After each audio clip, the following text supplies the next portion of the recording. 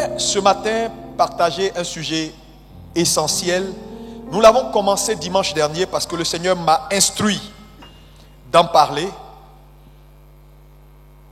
On en a parlé avec le premier point qui était l'engagement. Je vais continuer. Dimanche dernier, j'ai parlé de ce que j'ai intitulé l'approbation qui vient par l'engagement. Comment recevoir l'approbation de Dieu par notre engagement. Et aujourd'hui, je vais parler de comment recevoir l'approbation de Dieu par la deuxième caractéristique que je verrai avec toi. Donc, le thème général, c'est l'approbation de Dieu dans la vie du croyant. Et donc, nous allons décliner un certain nombre d'éléments importants qui sont des caractéristiques qui vont nous aider à avoir l'approbation de Dieu dans notre marche avec le Seigneur Jésus. Dimanche dernier, j'ai dit ceci. L'Église est le corps de Christ. Est-ce qu'on peut dire comment l'Église est le corps de Christ?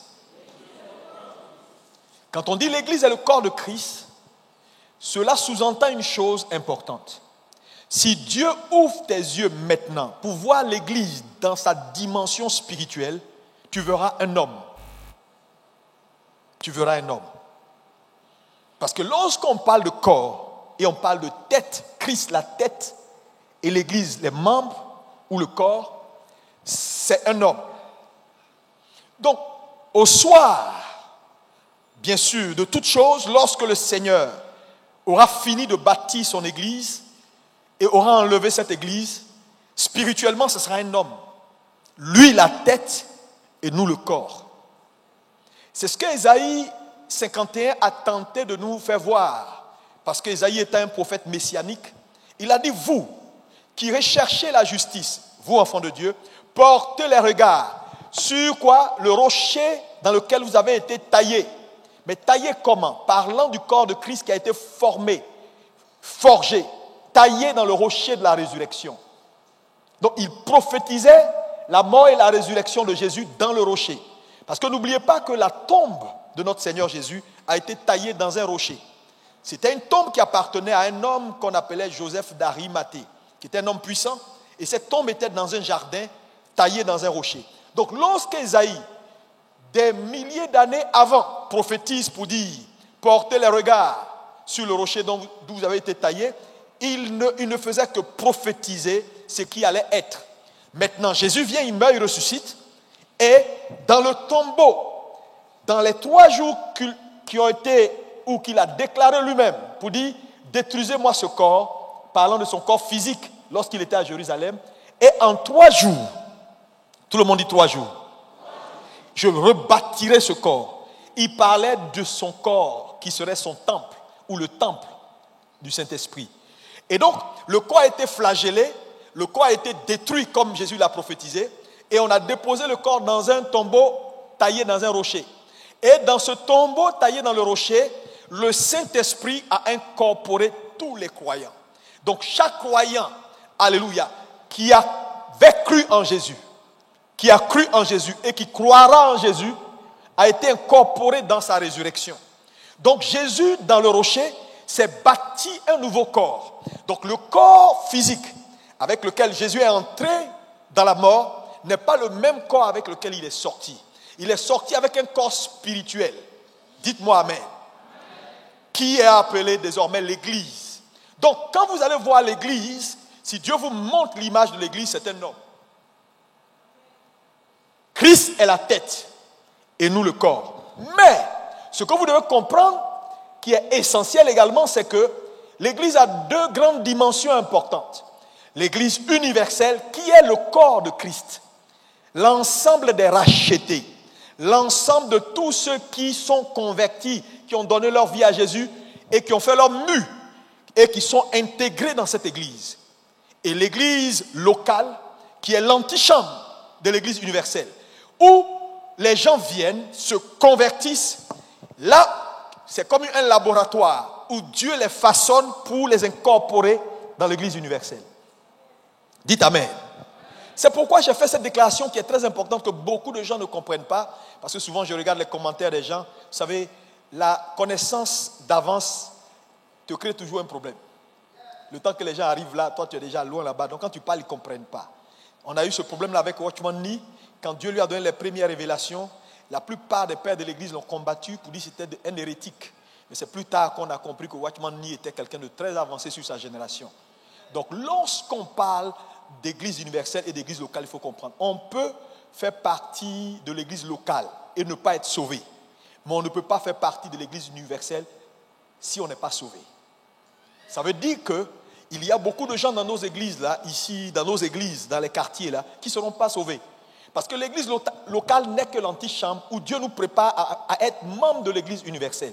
Donc quelqu'un peut venir à l'église, s'il ne se convertit pas, s'il ne donne pas sa vie à Jésus, s'il ne fait pas sa mue, son nom ne sera pas inscrit dans l'église universelle.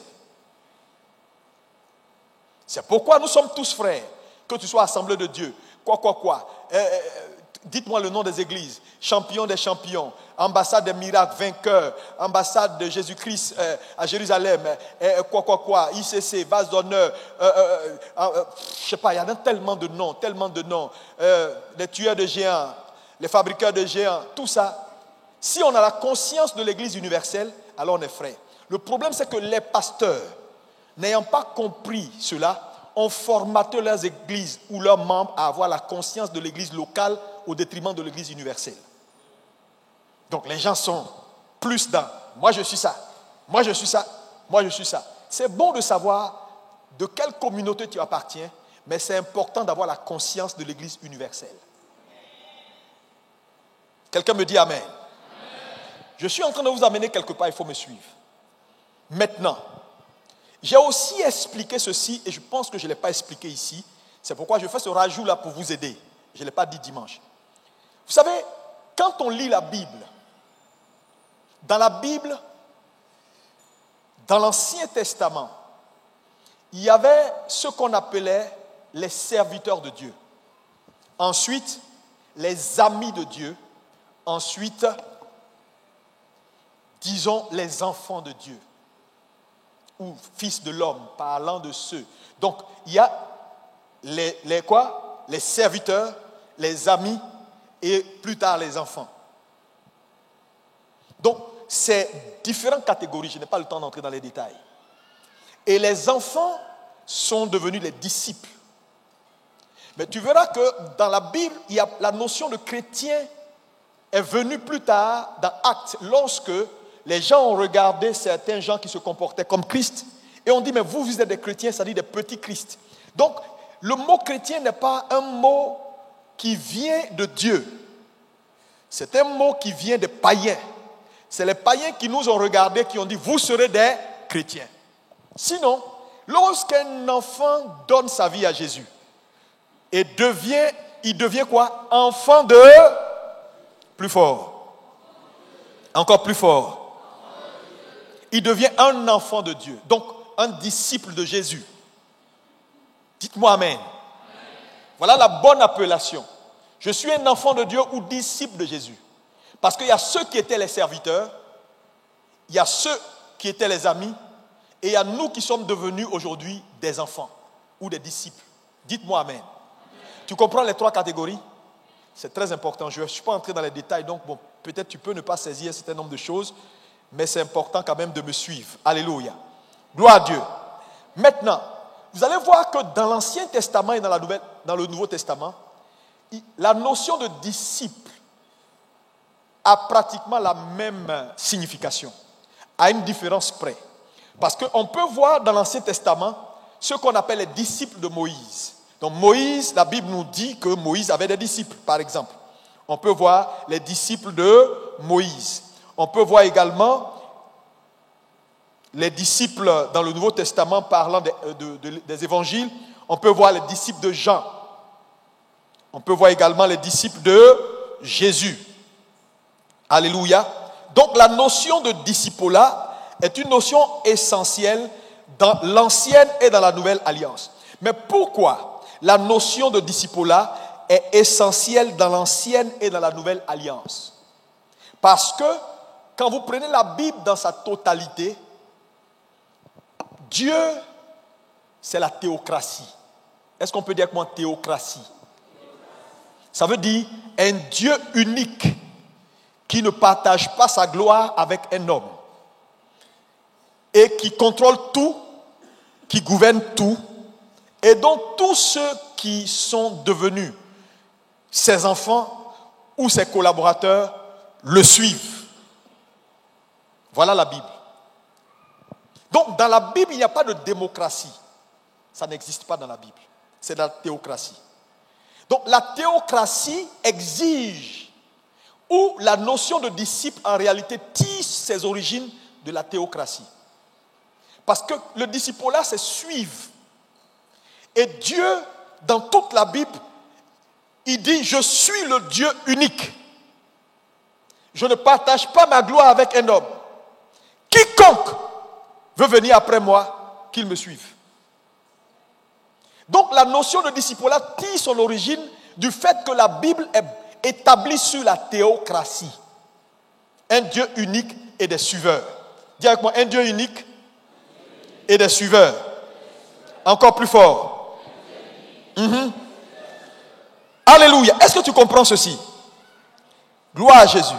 Par exemple, quand vous prenez l'Ancien Testament, j'ai parlé tout à l'heure des disciples de Moïse. Tu peux le voir dans Jean 9, verset 28. On nous parle des disciples de Moïse. Ça veut dire, à un moment donné, certaines personnes ont cru en Moïse et l'ont suivi. Tu peux voir également dans Matthieu 9, verset 14, les disciples de Jean le Baptiste. Ils ont cru dans la parole qu'il prêchait, ils l'ont suivi. Tu peux voir également dans Luc 5, verset 30, les disciples de Jésus. Ils ont cru dans ses paroles, ils l'ont suivi. Alléluia. Est-ce que ça va pour quelqu'un? Maintenant, plus tard, nous qui sommes venus et qui avons accepté le Seigneur, cette même notion s'impose à nous. Parce que vous allez voir que dans le type de discipolat dans l'ancienne et dans la nouvelle alliance, ça a été la même chose. Prenons par exemple Moïse et Josué. C'est un chef et un suiveur. Élie et Élisée, c'est un chef et un suiveur. Paul et Timothée, c'est un chef et un suiveur. Mais en fait, pourquoi les choses sont comme ça? Parce que Dieu, c'est la théocratie. Donc, Dieu a toujours relayé le modèle parfait pour que tous ceux qui vont le servir, vont le suivre, puissent opérer dans le modèle parfait. C'est-à-dire, avec Dieu, sur n'importe quelle activité, système où Dieu t'établit, il y a toujours un chef et les autres qui suivent. Et donc, le disciple-là trouve tout son sens là.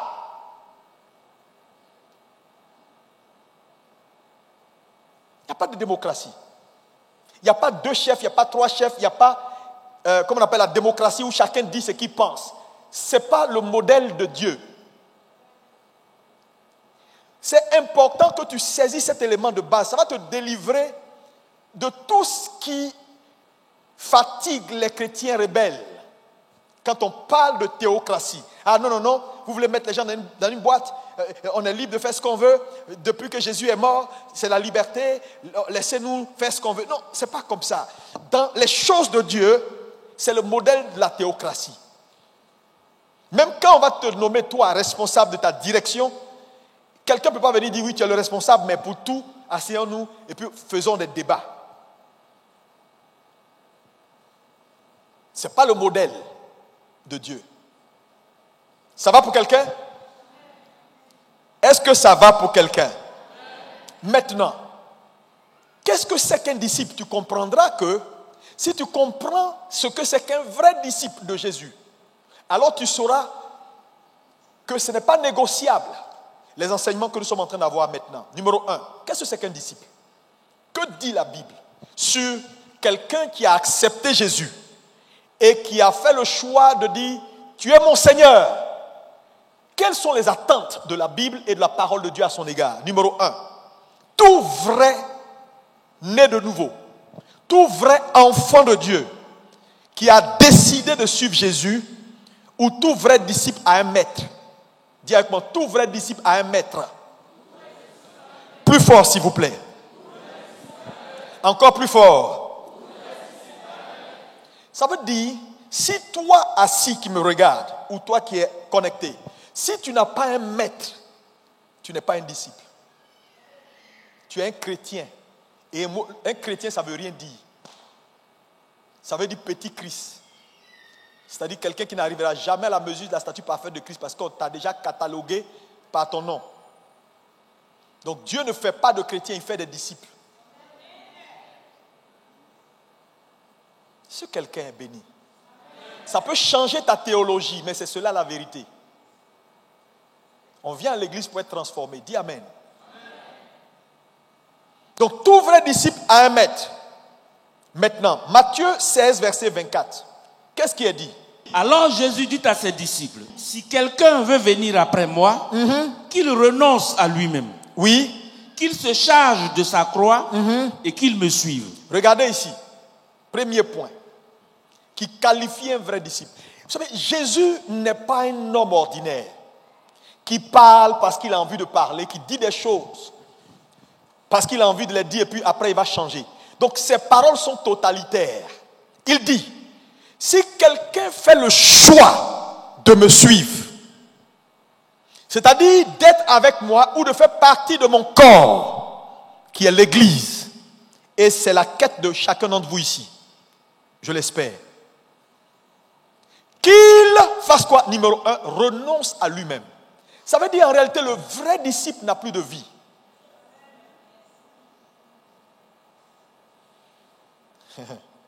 Parce que je vois des gens, il y a ça à l'église, il y a ça à faire pour Dieu. Ah non, je n'ai pas le temps, j'ai ça à faire. En réalité, c'est de l'abus. Tu fais de l'abus. Sinon, si tu t'es réellement donné, tu ne t'appartiens plus. Il dit qu'il renonce à lui-même, numéro 1. 2, qu'il fasse quoi? Qu'il se charge de sa croix. Ça veut dire quoi? Le mot croix ici veut dire tout vrai chrétien ou tout enfant de Dieu qui accepte Jésus et qui décide de suivre Jésus a une mission. Et la croix dont il parle, la mission ne sera pas facile. Parce que la mission participe à ton accomplissement. Et tout ce qui participe à ton accomplissement sera compliqué et difficile. Mais prends courage. Il n'y a aucune tâche que Dieu confie à un homme qui ne participe pas à l'aider à atteindre les objectifs que Dieu veut pour sa vie. Même si Dieu te dit de balayer là, dans balayer, il y a ce que tu dois apprendre pour devenir. Donc, un homme qui n'arrive pas à accomplir sa tâche peut ne pas devenir. C'est pourquoi la Bible déclare les œuvres des saints les suivent. Mais en quoi ça les suit? Parce qu'une œuvre te qualifie. Donc, à un moment donné, ce n'est plus une simple œuvre. Le travail de pasteur, le travail de dirigeant, le travail de responsable de direction, le travail de chanteur, toutes ces choses-là participent. En fait, la mission que Dieu confie à un enfant de Dieu est un prétexte que Dieu met devant lui pour le façonner. Voilà comment il faut comprendre les charges que Dieu vous confie. C'est pourquoi à chaque fois que tu fais mal une charge, tu sabotes ou tu retardes ton accomplissement. Moi, depuis que je fais mon boulot et que j'essaie de le faire au mieux possible, je sais combien de fois ma vie a changé. Parce qu'en réalité, ce n'est pas juste un boulot que je fais. Ma finition est dans ce que je fais. Quelqu'un ne dit pas Amen. Regarde ton voisin, dis ta finition est dans ce que tu fais. Tu ne seras pas achevé si tu ne fais pas bien ce que tu fais. Parce que les gens arrivent à un point où ils pensent que l'œuvre de Dieu est optionnelle. Ce n'est pas une option. Non, ce n'est pas une option. Moi, je l'ai compris, ce n'est pas une option. On te dit de prier pour les gens. Si tu ne pries pas bien, tu ne vas pas devenir.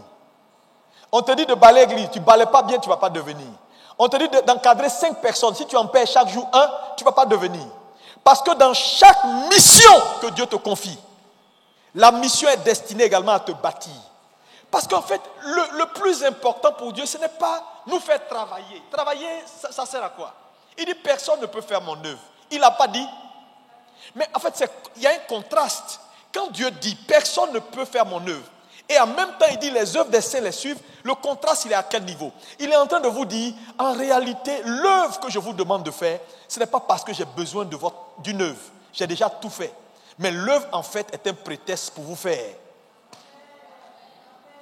Donc, en d'autres termes, l'œuvre du croyant, le service du croyant est ce qui le fait.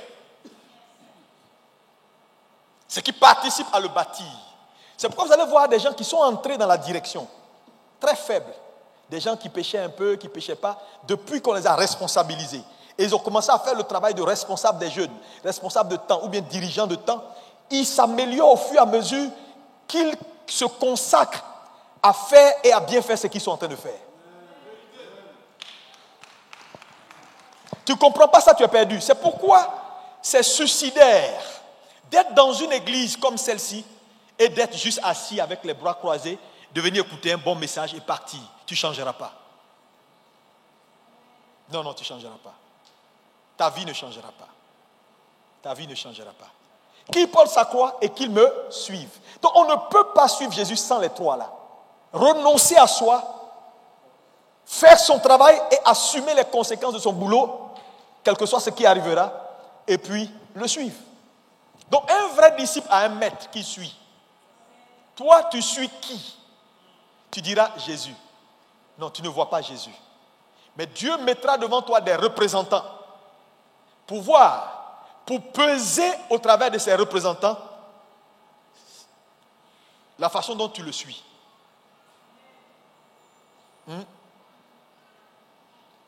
Donc c'est la façon dont tu te comportes avec ABMC et son leader. En réalité, c'est comme ça que tu te comportes avec Dieu. Yeah. Si tu n'as pas d'égard pour l'église, tu n'as pas d'égard. Je t'ai dit dimanche dernier, tu ne peux pas, dans un corps, choisir la tête et dire le corps ne m'intéresse pas. Parce que je vois des chrétiens, non, moi, c'est Jésus qui m'intéresse, les affaires d'église, je ne suis pas dedans. Échec et mat. Si tu as choisi le corps, je suis désolé, tu es obligé de choisir l'église. Parce que dans le mystère de l'identité, là où le corps entre, où la tête entre, le corps entre. Tu ne peux pas dissocier ma tête de moi. Et en ce moment, Dieu est en train de bâtir son corps. Il est en train de bâtir son corps. Mais il ne bâtira pas son corps avec n'importe quoi. Avec des briques sûres. Je te souhaite d'être un homme sûr. Que ton amen soit mieux que ça. Qu'elle soit meilleure que ça. Deuxième chose que le disciple est. Un disciple, non seulement a un maître et suit son maître. Deuxièmement, un disciple apprend de son maître.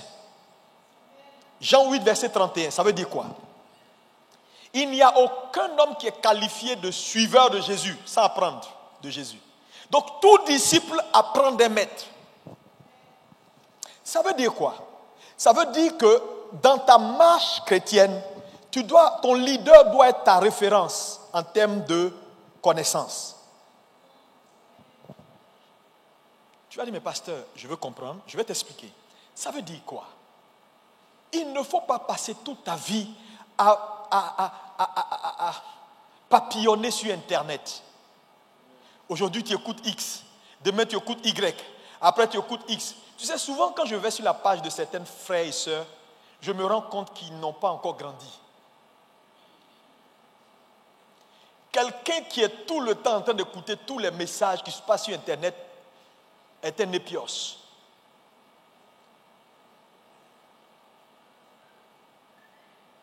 Ouais. Parce que sur Internet, il y a du tout.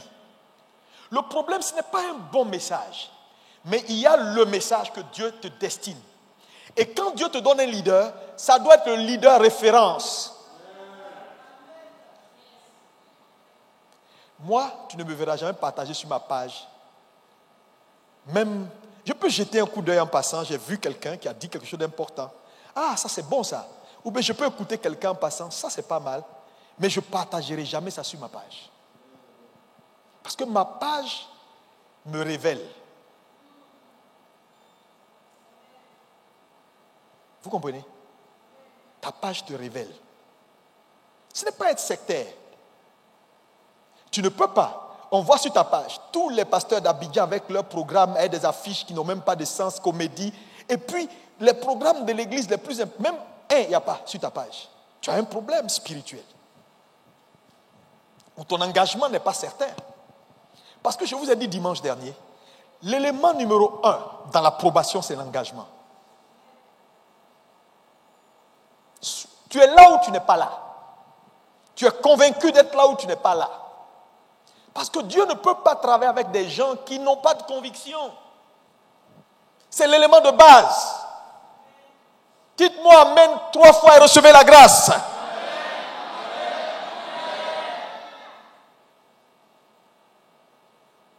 Donc, un disciple apprend de son maître. Ça veut dire quoi? Ça veut dire que tu dois être assis et puis écouter celui que Dieu a mis devant toi comme référence. Et je vous ai dit ici il y a longtemps, et c'est une vérité qui est universelle. Quand Dieu donne un enfant à une maman, il ne remplit pas le sein de la voisine pour nourrir l'enfant. Même quand ses seins sont petits, il met lait dedans. Oh, ton acclamation montre que tu n'as pas compris. Tu vois une petite fille, même de 14 ans, dès qu'elle donne naissance, il n'y a même pas de truc, c'est petit comme ça, mais elle sort. Parce que Dieu ne mettra pas lait là dans le sein de la voisine. Ça veut dire quoi? Si Dieu vous a connecté avec cette maison et que vous considérez que le leader, le pasteur est votre père, ce qu'il vous faut sortira. Donc soyez serein. Un leader apprend d'un maître ou un disciple apprend d'un maître. Dis-moi amen. Troisième élément qui caractérise le disciple s'identifie à son maître. Jean 9, verset 28. Tu ne verras aucun disciple qui ne s'identifie pas à son maître. C'est qui n'est pas disciple. Parce que l'objectif du salut, c'est notre ressemblance à Christ. Voilà le but final du salut. C'est pourquoi Jésus a dit que celui qui veut venir après moi renonce à lui-même. Ça veut dire, tu perds ta vie au profit de ma vie, tu portes ta croix et tu me suis, parce que c'est dans le suivi qu'on s'identifie. Une vérité importante.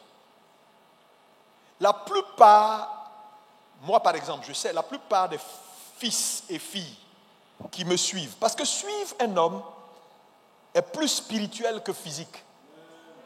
Le volet physique est important. Il y a des fils que je connais, ils ne viendront pas chez moi tous les jours. Ils ne vont pas m'appeler tous les jours, mais ils me suivent. Et ils sont connectés. Et à force d'être connectés, parce que la Bible dit, c'est en contemplant que nous sommes transformés en son image. Le suivi, c'est la contemplation. On établit une connexion, on reconnaît l'homme. Un jour, j'avais un défi. Et puis j'ai senti que ce défi-là, j'avais besoin de plus de force et de capacité. Vous savez ce que j'ai fait? J'ai ouvert mon téléphone. Je suis allé sur la page de mon père. Et j'ai mis une de ses vidéos. À la fin, il était en train de prier. Et je me suis connecté à la prière. Et il disait des paroles. Ça ne me concernait même pas, c'est une vidéo. Et j'ai reçu la force. Quand je suis allé, la porte s'est ouverte. Parce que là, j'avais besoin de sa grâce. Je me suis connecté tout de suite. Et la porte s'est ouverte. Parce que il sait que je suis connecté. Et je sais que je suis connecté à lui. On peut ne pas se voir. Non, ce n'est pas d'abord physique, c'est spirituel. Donc, un vrai disciple de Jésus qui suit Jésus s'identifie au leader et au Dieu qui a établi le leader. Mais, comme tu ne vois pas Dieu, tu verras un homme.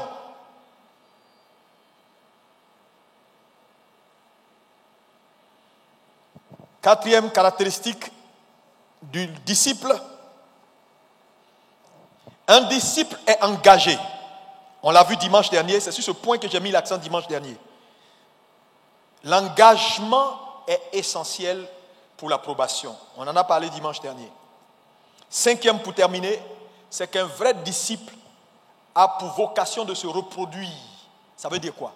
Ça veut dire que, en fait, quand Dieu t'établit pour le suivre, d'autres gens doivent te suivre. Mais si tu ne suis pas bien, tu vas reproduire des gens bizarres dans la chaîne. C'est pourquoi tu dois être bien connecté pour pouvoir enfanter des gens bien connectés. C'est une relation de réciprocité. Ce que tu n'as pas su faire avec ton père, ceux qui vont venir de ton sein ne feront pas ça avec toi. Est-ce que quelqu'un peut me dire Amen? Vous savez, beaucoup de gens n'aiment pas ce message, mais c'est le message. C'est le message. Regardez le monde politique. Vous ne verrez pas un politique travailler avec quelqu'un qui n'est pas sûr. Quelqu'un qui ne le suit pas. Quelqu'un en qui il n'a pas confiance. S'il doute de ton niveau d'engagement, il y a des charges qu'il ne te confiera jamais. La vie est basée sur des principes. On travaille avec les gens qu'on connaît. On fait avec les gens en qui on a confiance. Si tu ne comprends pas ça, tu fais fausse route, mon gars. Et Dieu est comme ça. C'est pourquoi il nous a mis dans l'antichambre qui est l'église locale. Et il nous observe. Parce que si moi, ici, je ne peux pas te faire confiance pour te placer là, ce n'est pas Dieu au ciel qui va te mettre à côté de lui. Non! On ne peut même pas te faire confiance. C'est Dieu qui va te faire confiance. Jamais de la vie aujourd'hui, jamais de la vie demain. Toi qui me regardes.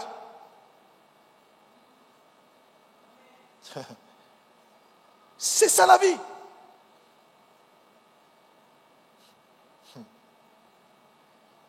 Et donc, le disciple a pour vocation de te reproduire. Mais si tu es un mauvais élément, tu vas mal te reproduire. C'est pourquoi on vous enseigne ces messages-là pour vous aider à être meilleur. Parce que vous avez une destinée et il y a des choses que Dieu veut faire avec vous. Mais Dieu a des critères. S'il ne voit pas un certain nombre de choses, ça sera compliqué. Donc, quand vous regardez, par exemple, ces points que je viens de citer là, vous comprenez pourquoi l'engagement est plus qu'important. Parce qu'il n'y a pas de disciple sans engagement. Quand vous prenez les 3 phrases que Jésus a prononcées, renoncer à soi, porter sa croix et me suivre, c'est ce qu'on appelle engagement. Engagement à la mort. Donc, vous voyez que dans la notion de disciple-là, le disciple tire son origine du fait que Dieu est théocrate. La théocratie, un seul Dieu et des suiveurs. Et il établit des enfants, des disciples qui n'ont pas de choix. Et j'ai parlé donc du croyant approuvé. Pour avoir l'approbation de Dieu, numéro 1, c'est ton engagement. Le premier facteur. Deuxième facteur qu'on va voir ce matin, rapidement en quelques points, parce que je n'ai pas terminé avec le premier culte que je vais voir avec vous, c'est ce qu'on appelle la stabilité. Est-ce qu'on peut dire comment la stabilité? Plus fort. Encore plus fort. C'est très important. Deuxième caractéristique, la stabilité. Lis-moi Luc 22, verset 31. Ce n'est pas la peine de vous lever. Luc 22, verset 31 à 32. Suivez cette lecture. Oui.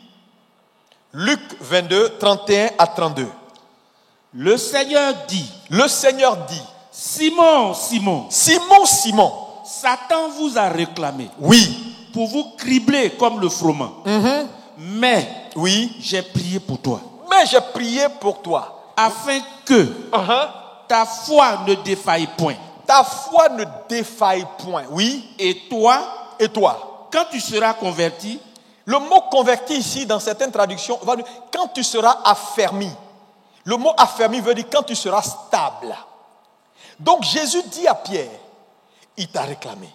Mais j'ai prié pour toi. Le temps que tu te stabilises, le temps que tu sois affermi, le temps que tu te convertisses. Continue. Quand tu seras converti, affermis tes frères.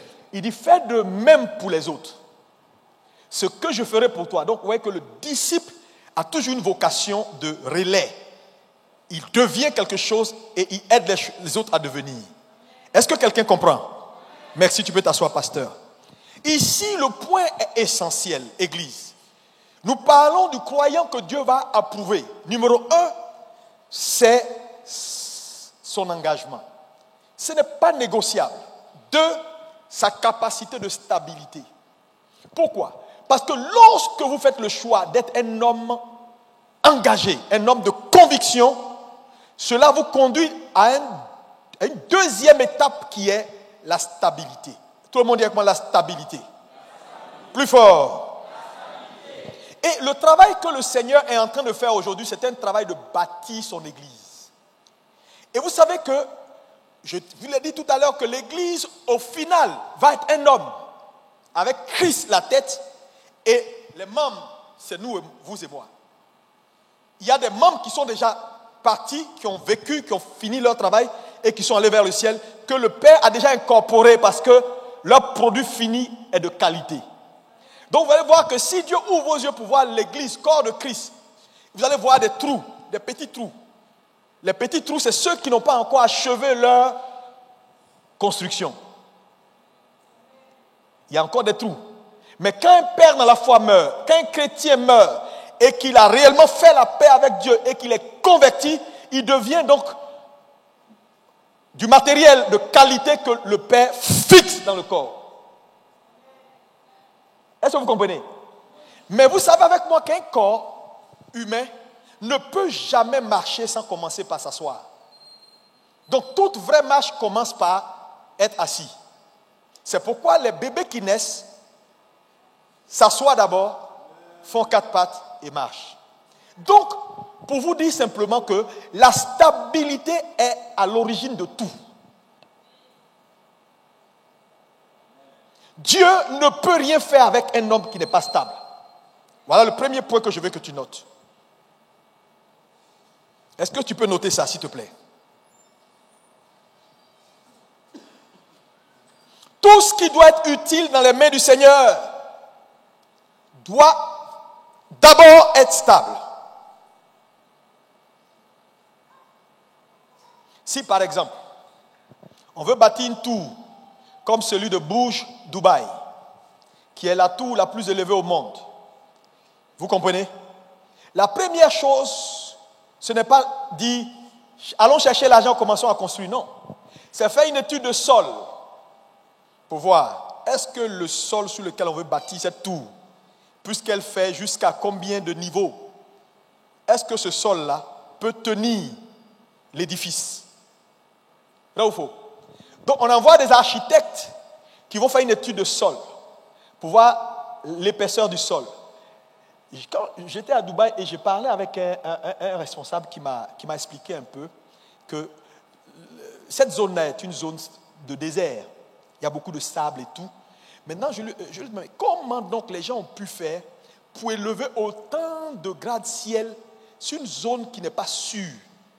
Il dit, il y a une technologie pour pallier à l'insuffisance du sol. Ils ont appliqué pour tout tour que tu vois à Dubaï, tout gratte-ciel, une technologie. Ils font ce qu'on appelle des forages. Donc pour construire une tour à Dubaï ou bien un immeuble, ils font 3 fois ce que tu aurais pu faire à Abidjan. Ils disent qu'ils font des forages jusqu'à toucher, à dépasser tout ce qui est sable. Même si c'est pour aller à 400 mètres de profondeur, ils vont à 400 mètres. Quand ils touchent le socle même de la vraie terre, ils font pomper du béton armé. Donc si l'immeuble doit tenir sur cette salle, ils vont faire par exemple peut-être 100 forages, des forages comme ça, des trous, et ils font pomper le béton jusqu'à quand le béton touche le vrai socle, et puis le béton sort. Quand les différents points de béton sont sortis, c'est sur ça maintenant qu'ils bâtissent l'immeuble. Mais l'immeuble ne tient pas sur le sable. Donc quand tu vois les immeubles là, dans ces gratte-ciel là, tu peux voir le goudron et tout, mais en réalité ce qui tient les immeubles, ce sont les forages. 1, 2, 3, 4, qui sont comme des grands piliers, mais qui vont jusqu'à 400 ou 500 mètres de profondeur et qui prennent appui sur la vraie terre solide. J'ai crié, waouh! Donc pour tout ça, vous faites ça? Il dit oui. Sinon, 5 ans après ou 10 ans après, le bâtiment va commencer à s'enfoncer. Parce que la terre n'est pas bonne. Donc vous comprenez que si on ne peut pas bâtir un édifice sans s'assurer de la stabilité du sol, Dieu ne peut bâtir aucune vie qui n'est pas stable. Fais attention à toi. Hein? Tu vas comprendre pourquoi les choses n'avancent pas. Parce que l'engagement est une chose. Mais quand tu as fini le niveau d'engagement, il te faut de la stabilité. Parce qu'un homme engagé qui n'est pas stable, on ne peut pas l'aider.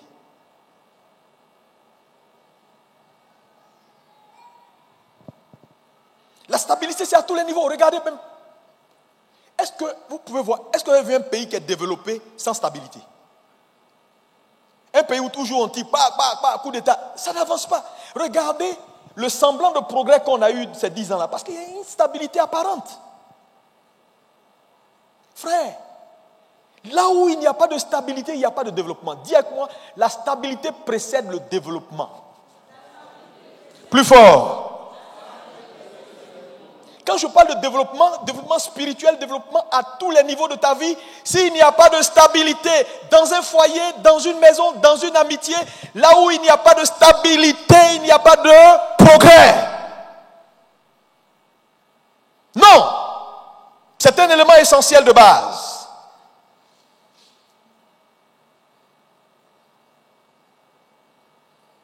Toute vie qui est instable est une vie qui ne peut pas accomplir les desseins de Dieu.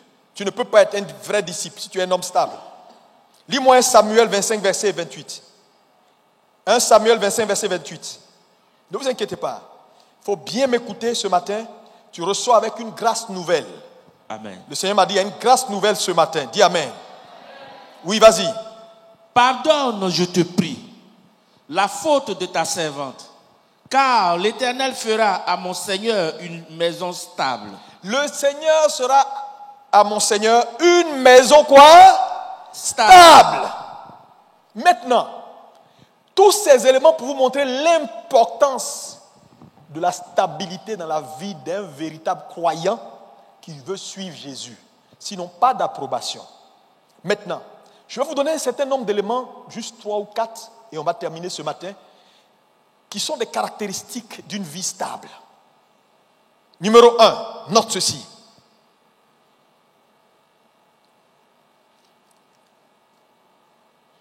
C'est très important. Les personnes stables, ou je vais reprendre ma phrase dans l'autre sens pour que tu puisses saisir, mais tu pourras la ramener pour comprendre ce que je suis en train de dire.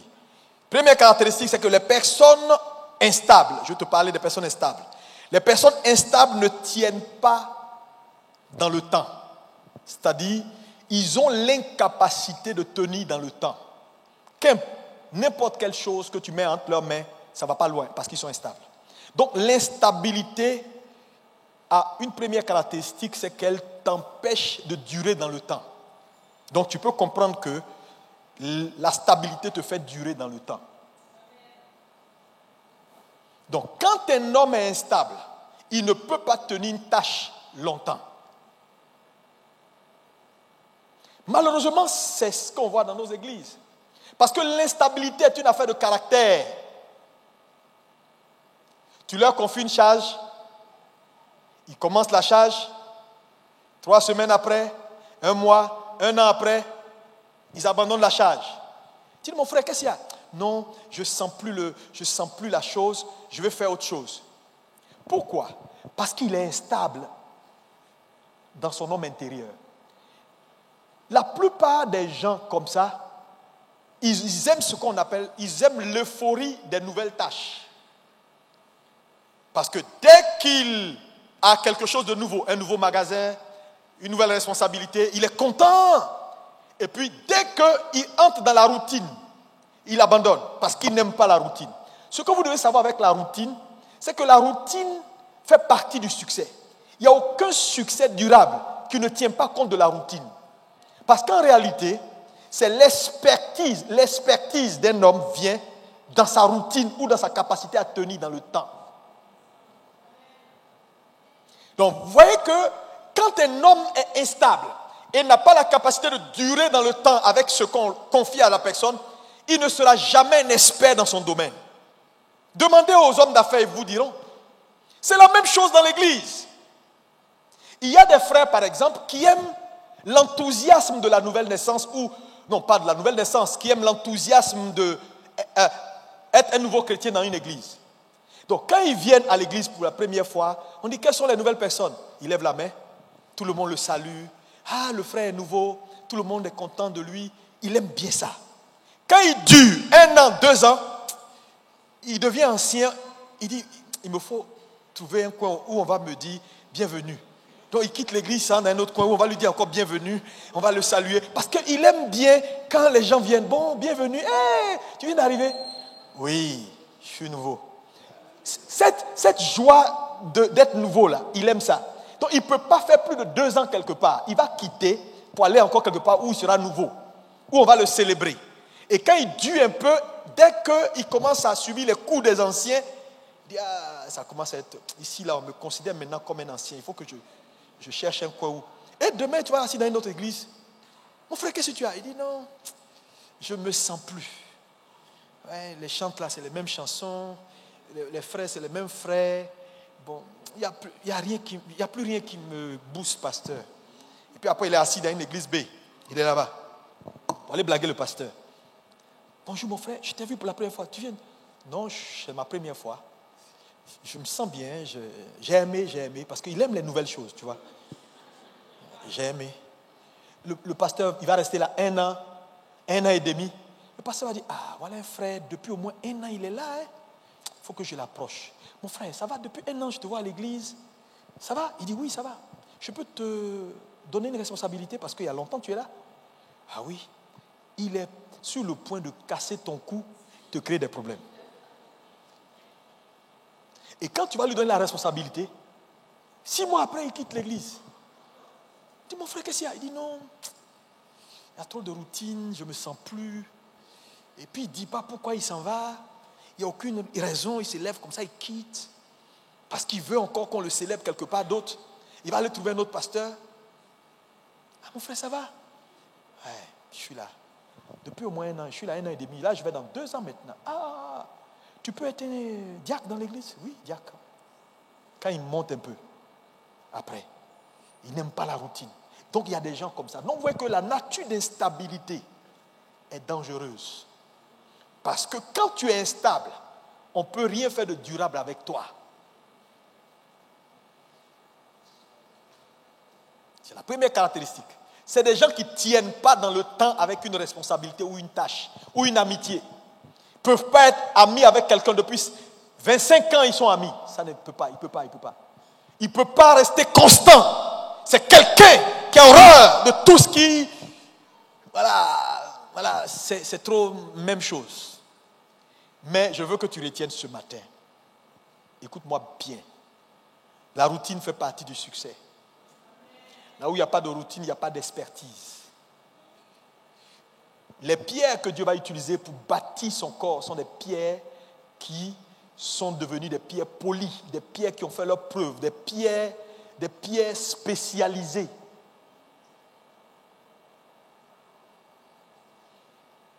Tu peux voir un pasteur, tu dis, oh, mais le pasteur là, oh, vraiment, la grâce de Dieu est sur lui. Hein.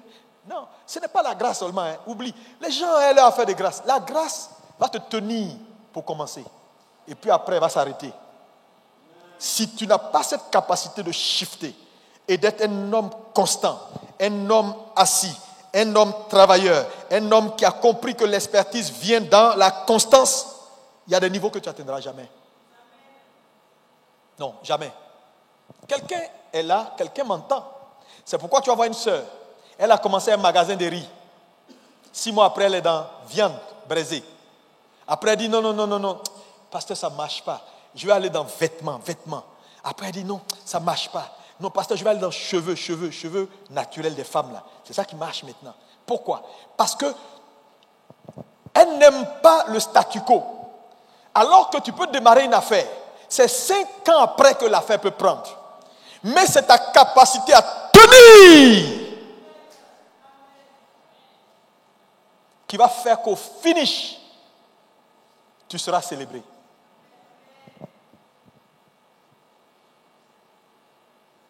Ou bien, tu vois la sœur ou le frère, dans l'exercice de son travail, dès qu'elle a des obstacles, elle a oublié que Jésus a dit portez votre croix.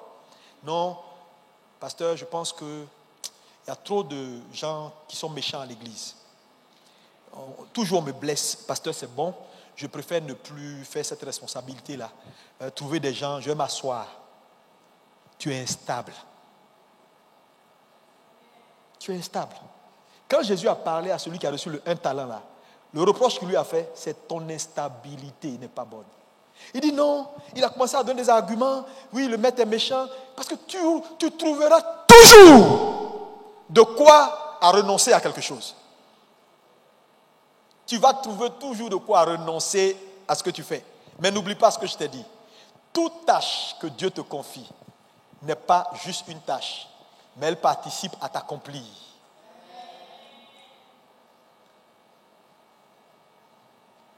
Deuxième caractéristique majeure. Est-ce que tu es béni? Est-ce que tu es béni?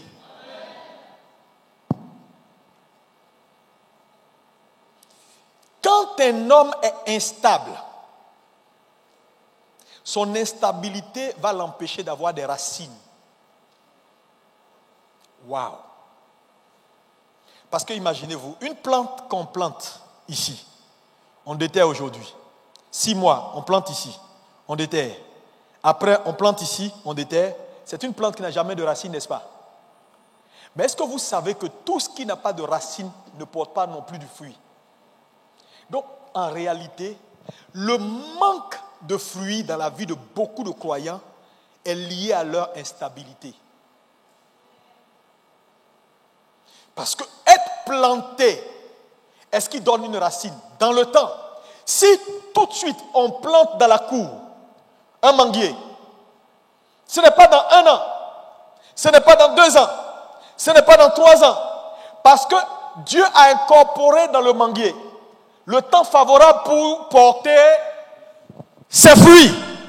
Et il y a des gens dans cette salle, l'œil n'a point vu ni l'oreille entendu ce qui est sur le point d'arriver à ta destinée et à ta vie.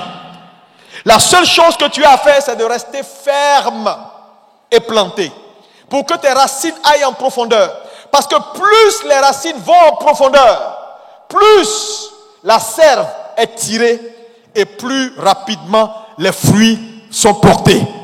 Le problème de beaucoup de gens, ils sont tellement instables dans leur nature, dans le travail qu'ils font, qu'ils ne peuvent pas porter de fruits parce que constamment ils sont en train de sauter. Sauter ici, sauter ici. Donc vous comprenez que l'instabilité va te priver de fruits. Je prie que Dieu te fasse grâce au nom de Jésus. Lis-moi le psaume 1 verset 3. Regardez le psaume 1 verset 3. Tout le monde, regardez.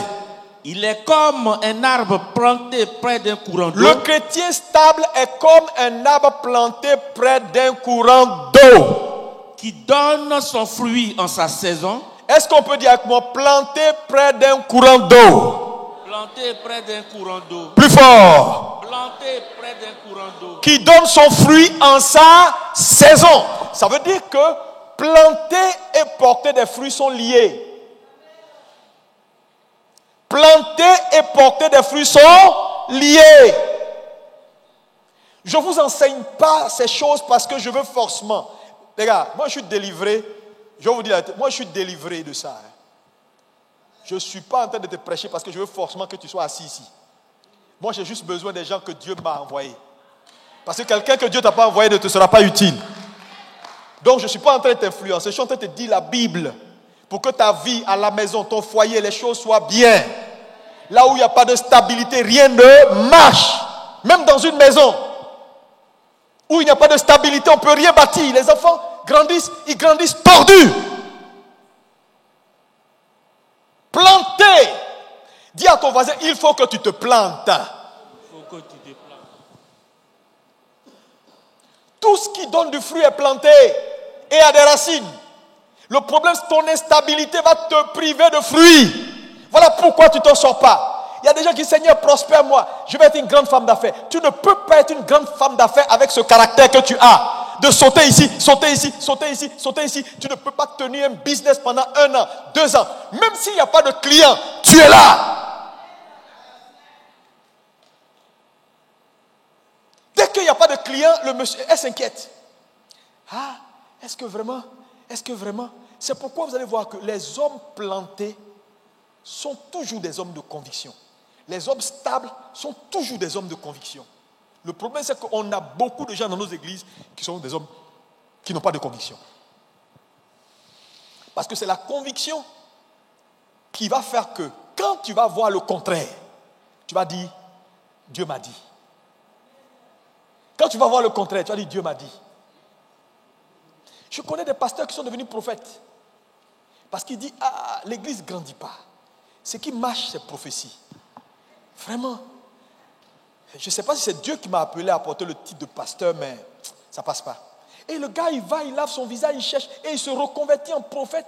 Et le monsieur que tu as connu, bon enseignant, stable, formateur, il bascule dans le prophétique. On ne sait pas la tête ni la queue. Maintenant, il a toutes sortes de monde. Cafards, poissons, alocos, tout est mélangé. On ne sait pas, des mi-hommes, mi-raisins. Ils sont tous là, personne n'est converti. Tout le monde le suit. Il dit, c'est l'essentiel. Dieu va faire son tri au dernier jour. Hein? Ça veut dire que lui, il ne les forme pas, que Dieu fasse son tri. Moi, je prêche seulement. Non! Parce que je veux te dire, tu cherches la gloire, tu cherches l'argent, tu l'auras. Satan va te donner pour te perdre. Je vais vous dire, ce monde-là, quand tu vas arriver à un certain niveau avec Dieu, c'est là que tu vas comprendre que ce que Dieu recherche, ce n'est pas t'enrichir. Hein? Quel enrichir? Enrichir, voiture, maison, tout ça c'est du pipeau. Si on cherche l'argent, c'est pour servir Dieu. Je vous dis une chose. Dieu va te donner ce que tu cherches. Mais si tu le fais dans les mauvais principes, Satan aussi va te donner ça. Il a rendu des gens riches. Il a rendu des pasteurs célèbres. Tu sais, il a rendu des hommes de Dieu assis même. Quand tu les vois, ils sont tous sauf quelque chose qui va dans le camp de l'ennemi. Mais il faut regarder les principes de base. Parce que vous savez, manguier ne peut pas donner cacao.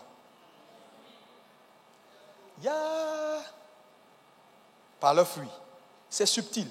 Tu sauras qu'il y a des compromissions quelque part.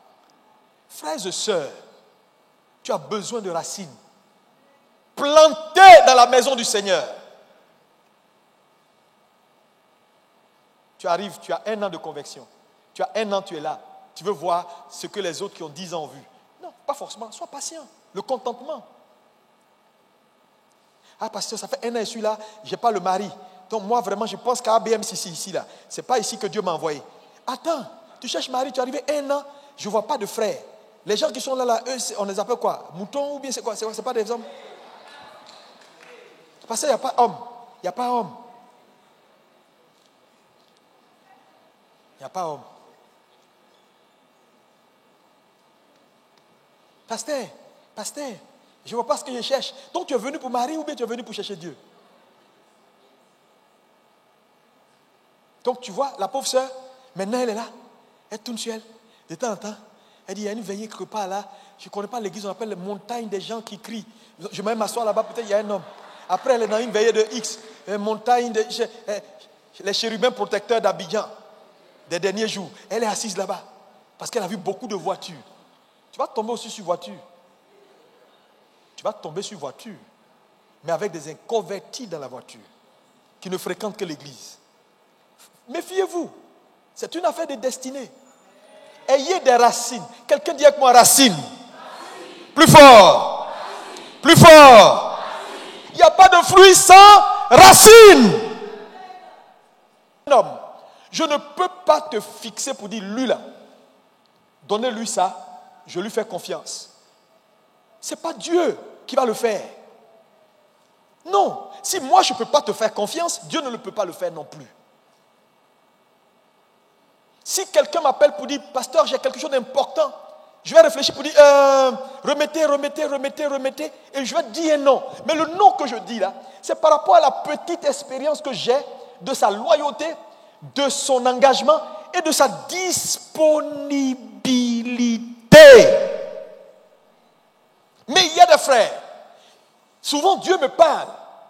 Il me dit, mais tu vois la sœur là, il y a une sœur qui s'assoit là, elle est fidèle, depuis un moment où tu la vois, j'ai dit oui. Le jour où il me donne maintenant un agenda pour sa vie, quand je viens, je dis, mais où est la sœur? On dit, non, la sœur, on ne sait pas où elle est depuis. Après, elle ne venait plus à l'église. C'est-à-dire que quand tes racines sont sur le point d'entrer, quand ta saison est arrivée où Dieu veut émonder maintenant l'arbre que tu représentes, c'est là que tu te déconnectes. Il y a des gens dans cette salle, je n'ai pas de doute. d'ici peu de temps, et l'heure est arrivée, où Dieu va t'exploser, exploser la bénédiction dans ta vie, exploser la grâce dans ta vie, parce que tu as fait les preuves de ton engagement, de ta loyauté. Au nom puissant de Jésus, reçois. Aucun arbre ne porte de fruits de façon instantanée. Ça n'existe pas. C'est que c'est de la magie. On ne finit jamais une maison comme ça. C'est que c'est de la magie. Tu as une maison en construction. Il y a toujours un process. Directement process. C'est comme quand tu coules une dalle. On dit 21 jours pour décoffrer la dalle. Tu ne peux pas couler la dalle et puis décoffrer ça demain matin pour dire c'est fini. Mais ta maison ne sera pas stable, elle va se casser. Non, je vous enseigne les choses de la vie. Dieu ne peut pas vous faire confiance si vous n'êtes pas des gens sur qui on peut mettre le doigt, des gens stables, des gens qui ont une assise. Tout ce qui est durable a une assise. La stabilité, c'est divin. C'est pourquoi il a fait confiance à Jésus. C'est pourquoi il n'a pas fait confiance à un ange. Tu sais, à un moment donné, quand Dieu ne trouve pas, il jure par lui-même. Parce que lui, au moins, il se fait confiance. Rends-toi utile. Rends-toi sûr. Arrête d'être émotionnellement instable. Tes émotions sont comme ça. Tu vois X, tu vois Y, c'est mon mari. Non, c'est pas mon mari. C'est mon mari. Tu es perturbé. Pour tout, tu es impalable. Pour tout, tu es fâché. Pour tout, tu es comme ça. Tu es instable. On ne peut pas te faire confiance. On t'appelle aujourd'hui, tu décroches. On t'appelle demain, tu ne décroches pas. On t'appelle dans 6 mois, on a besoin de toi, tu n'es pas là. Attends, qu'est-ce que tu veux de ta vie? On ne peut pas te faire confiance. Dimanche, tu es là aujourd'hui. Dans 2 dimanches, tu es au village. Tu dis à personne. Dans 3 dimanches, tu dis non, j'ai eu un contrat dimanche matin à signer. Attends, quel pasteur sérieux qui va te prendre pour te dire je veux que tu sois l'un des pasteurs de l'église, ou qui va te former, qui va te dire voilà la responsabilité. Tu n'es pas sûr. Est-ce que Dieu peut compter sur toi? Si oui, lève la main droite. Rends-toi sûr. Rends-toi sûr. Si le Seigneur descend cette nuit dans ta maison, est-ce qu'il peut te dire lève-toi, on va prier parce que j'ai urgence, j'ai besoin de puissance pour libérer une nation? Est-ce qu'il peut compter sur toi? Tu sais, Dieu ne donne que ses trésors aux gens sur qui il peut compter. Et je vais vous dire la vérité, depuis un moment donné, à chaque fois que tu te parfais, que tu grandis et que tu te rends sûr, l'engagement de Dieu vis-à-vis de toi aussi se parfait et devient sûr. Je vous assure, Dieu me fait beaucoup de bien dans beaucoup de domaines. Parce qu'en fait, j'ai une seule passion, c'est lui. Et il peut compter sur moi. J'ai dit, minuit, 1h du matin, 3h du matin, 4h du matin. Tu me diras, oui, c'est parce que tu es pasteur. Ce n'est pas vrai. Il y a des pasteurs qui ne font pas ça. J'ai appris une chose de la part du Seigneur. La constance. La puissance est dans la constance. L'expertise est dans la constance. La grâce est dans la constance. Mais il n'y a pas de constance sans conviction.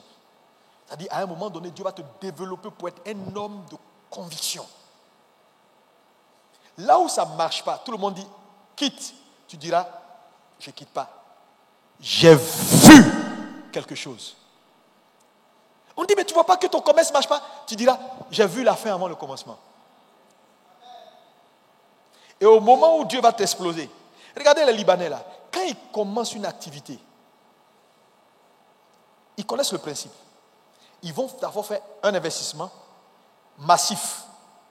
Magasin là, tu ne vois jamais quelqu'un entrer. Mais depuis 6 mois, il est là, il ne déménage pas. Tu penses que c'est parce qu'il est bête? Non. Il est devant là, il dit, tu peux entrer. Hein? Personne n'entre dans le magasin 6 mois, 7 mois, 1 an, 2 ans. Il a déjà planifié tout. Il sait que pour que les gens fassent confiance à une structure, c'est dans la durée. Je vous dis, les hommes font confiance aux structures qui sont repérables. tu vas voir que toi-même, à un moment donné, quand tu as besoin tu cherches un magasin ou bien quelque chose qui a une spécialité, tu vas dire, mais, ah oui, je connais un magasin, je vois ça depuis au moins 2 ans, ils sont là. Je passe, je les vois. Mais en fait, c'est leur caractère, c'est-à-dire c'est leur stabilité, leur positionnement qui ne change pas là, qui fait que tu mets ta confiance en eux et tu vas là-bas. Même magasin que tu as vu ici, demain ils ne sont plus ici. On dit ne pas plus payer les loyers, ils sont ici. Après on dit non, on les a chassés, ils sont... Non, qui va prendre un gars comme ça au sérieux? Mettre mon argent dans un tel magasin? Jamais. Vous comprenez? Mais quand il y a de la stabilité, il y a de la confiance qui naît.